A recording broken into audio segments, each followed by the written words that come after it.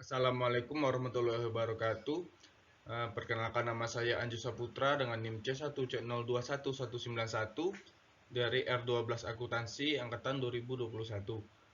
Pada kesempatan kali ini saya akan menjelaskan PPT saya yang berjudul tentang PPN, PPNBM, PBB, BPHTB, dan Bea Materai. Langsung saja masuk ke materi yang pertama, yaitu PPN. PPN adalah pungutan yang dikenakan dalam setiap proses produksi maupun distribusi. Itulah alasannya kita sering menemukan PPN dalam transaksi sehari-hari. Sebab dalam PPN, pihak yang menanggung jawab pajak adalah konsumen akhir atau pembeli. Sebagai bukti bahwa PPN adalah kewajiban pembeli, kita bisa menemukan PPN pada lembaran struk belanja atau pembelian. Pada struk tersebut kita dapat menemukan tulisan PPN maupun terjemahannya dalam bahasa Inggris, yakni Value Added Tax atau VAT. Berikut adalah daftar barang yang tidak dikenakan PPN, yaitu barang hasil pertambangan atau hasil pengeboran yang diambil langsung dari sumbernya. Barang kebutuhan pokok yang sangat dibutuhkan oleh rakyat banyak. Makanan dan minuman yang disajikan di hotel, restoran, rumah makan, warung, dan sejenisnya. Meliputi makanan dan minuman yang dikonsumsi di tempat atau tidak, termasuk makanan dan minuman yang disediakan oleh usaha jasa boga atau catering. Uang, emas, batangan, dan surat berharga. Kemudian tarif PPN. Penentuan besaran tarif PPN diatur dalam Undang-Undang Nomor 42 Tahun 2009 tentang pajak pertambahan nilai barang dan jasa dan pajak penjualan atas barang mewah. Yang pertama, tarif PPN 0% berlaku untuk ekspor barang kena pajak berwujud, barang kena pajak tidak berwujud, dan ekspor jasa kena pajak. Yang kedua, ada tarif PPN 10%, berlaku untuk semua produk yang beredar di dalam negeri, termasuk di daerah zona ekonomi eksklusif dan landas kontinen yang di dalamnya berlaku undang-undang yang mengatur kepabeanan.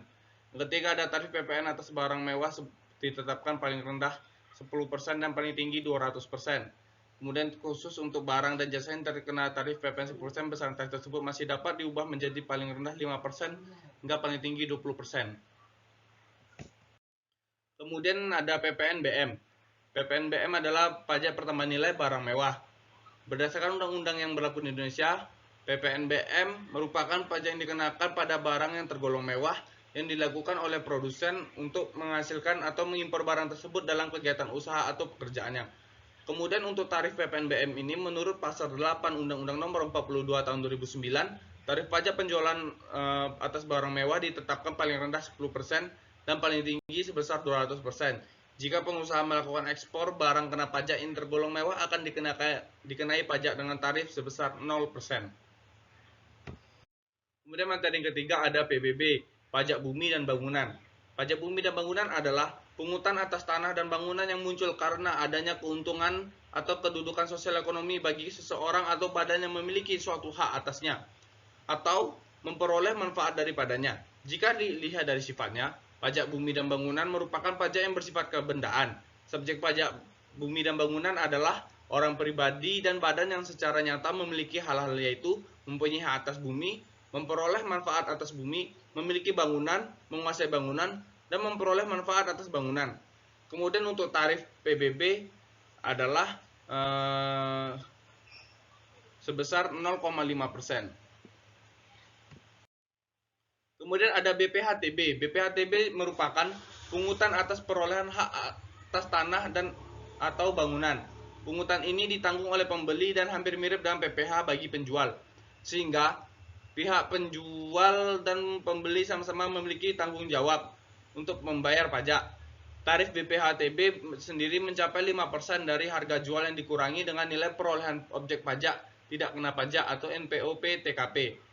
Jika Anda melakukan jual beli, maka persyaratan BPHTB yang harus dipenuhi adalah SSPD BPHTB, fotokopi SPPT PBB untuk tahun yang bersangkutan, kemudian fotokopi KTP wajib pajak, fotokopi STTS atau struk ATM bukti pembayaran PBB untuk 5 tahun terakhir.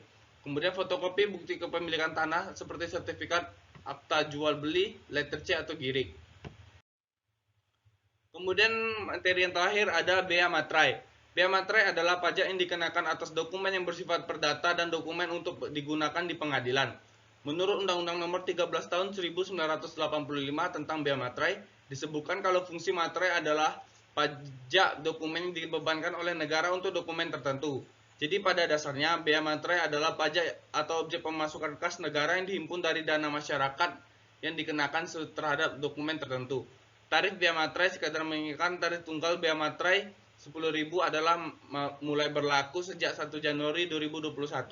Sementara ini materai 3.000 dan 6.000 masih berlaku selama masa transisi hingga 31 Desember 2021. Daftar dokumen yang dikenakan materai adalah surat perjanjian dan surat lainnya yang dibuat dengan tujuan digunakan sebagai alat pembuktian mengenai perbuatan, kenyataan, dan keadaan yang bersifat perdata. Kemudian akta-akta notaris termasuk salinannya, akta-akta yang dibuat oleh pejabat pembuat akte tanah, surat yang memuat jumlah uang, kemudian ada surat berharga seperti wesel, promes, dan accept, kemudian dokumen yang digunakan sebagai alat pembuktian di muka pengadilan. Baiklah, hanya sampai itu materi yang dapat saya sampaikan.